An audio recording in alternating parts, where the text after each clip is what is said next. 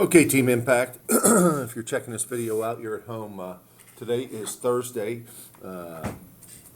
February 27th. We're almost through Thursday. We're going to take a look at some surface area of, of some rectangular prisms today. Tomorrow will be triangular prisms, and then Monday will be pyramids. So we have a lot to do.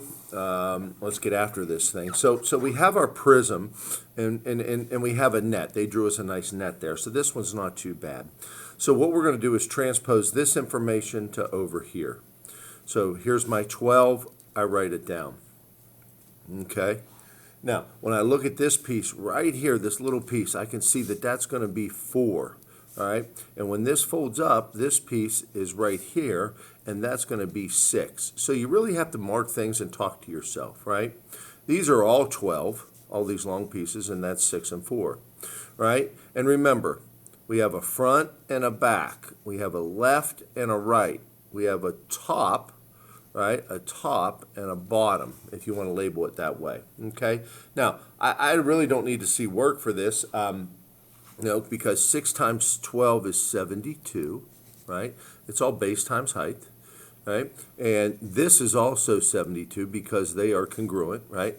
Left and right. Okay, so this is going to fold up there. So 6 times 4, this is 24, and this is 24. And then we have 4 times 12, excuse me, and this is 48, and this is 48, okay? So now all I'm going to do is add all of these numbers together.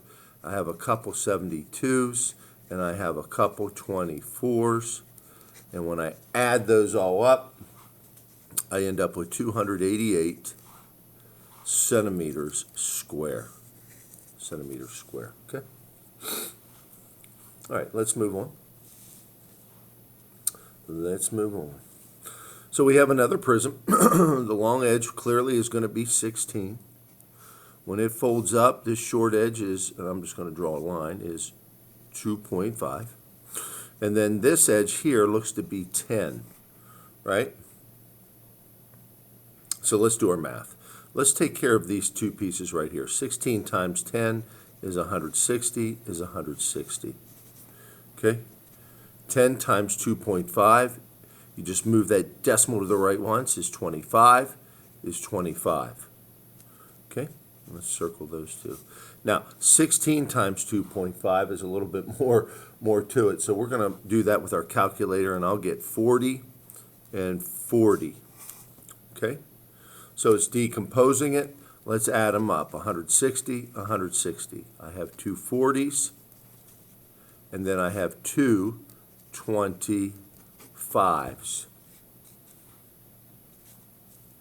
So if you punch all that into your calculator, you're going to end up with 450 inches square. Okay, so it's already decomposed. All right, we're going to have to do that on number 4. But right now, let's take a look at number 3. Pause the video if you're at home and do it on your own, and then come back to 3. Okay, so here's a long edge. That's 11. Okay, here's the shorter edge of that. That's 5. Right, and then the smallest edge looks to be 3. Okay, and that's really all we need, right? You ask, well, what about this piece? Well, when this folds on top, it's going to be 5. And this is 3. It's going to meet this side. That's 3. So let's go. 11 5s are 55, and that's 55. 11 times 3 is 33, and that's 33. 5 times 3 is 15, and that is 15. Let's add them up. 33, 33, 15, 15. Write them down. And I end up with 206 meters square. Okay. All right, let's take a peek at number 4. And number 4, we're going to start by drawing a net. So we have to take it to the next level. Okay, so I'm going to start with a rectangle right here. Okay, this is a rectangular prism, it looks like to me. Okay, and then I have this side right here, so I'm going to draw it. It's, kind of right there. And then I have the top, which is the same size as the bottom. All right, it's just kind of right there. Okay, and then I have, this is the right side. Okay, and this would be the left side, and then this would be a piece right there. Not very good, is it? But it's what we have. 12. This is 9. That is 7. Right? If this is 9, right, this is 9. Okay? All right. 12 times 9 is 108. This is 108. Okay? 12 times 7 is 84. This is 84. 9 times 7 is 63. That's also 63. Okay? Let's add them up. I have a couple 108s. I have a couple 84s. I have a couple 63s. And if we add all of those up, we're going to get 510 feet square. Okay? Not too bad. This isn't bad. Once you break it down and decompose it, we're going to continue on here, okay? All right, we're going to try one more of these. We're probably going to skip 6, and we're going to get down into 7, 8, and 9, and 10, all right? Let's go. So, let's take a peek at number 5. Let's break it down here and draw our rectangular prism.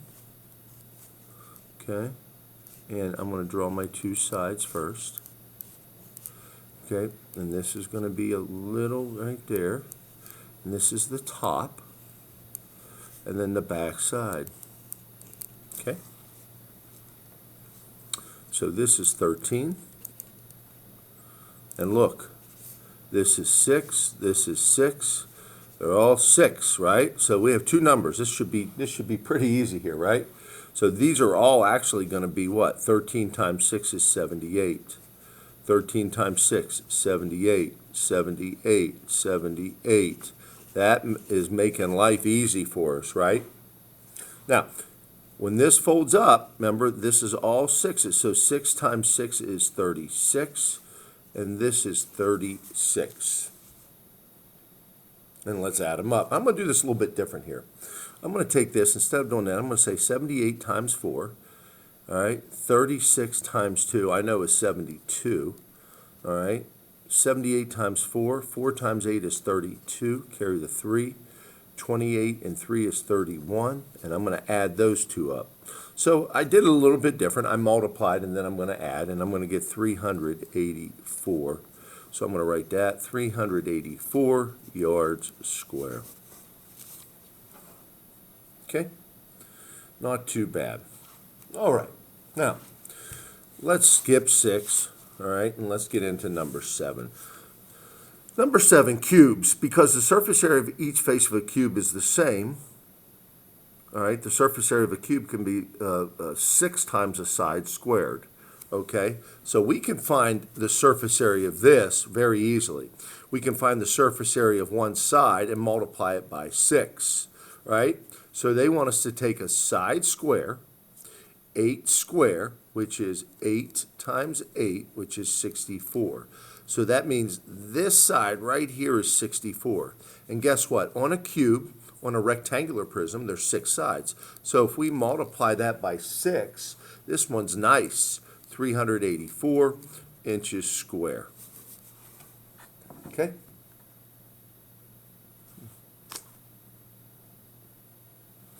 Okay. Let's go ahead and do number 8. It's also a cube, so let's square 3 and 5/10 square, which is 3.5 times 3.5, and I'm going to grab my calculator. Okay? 3.5 times 3.5 is 12 and 25 hundredths. We're going to take 12 and 25 hundredths and multiply it by 6 because it's a cube and there's 6 sides to it. And I get 73 and 5/10 and it's feet square. So that's a nice little formula to have, isn't it? Yes. All right, let's take a peek at number 9. A shoebox is in the shape of a rectangular prism, and it has the dimensions given below. What is the least amount of wrapping paper needed for this? So we're just basically finding the surface area of this, right? Excuse me.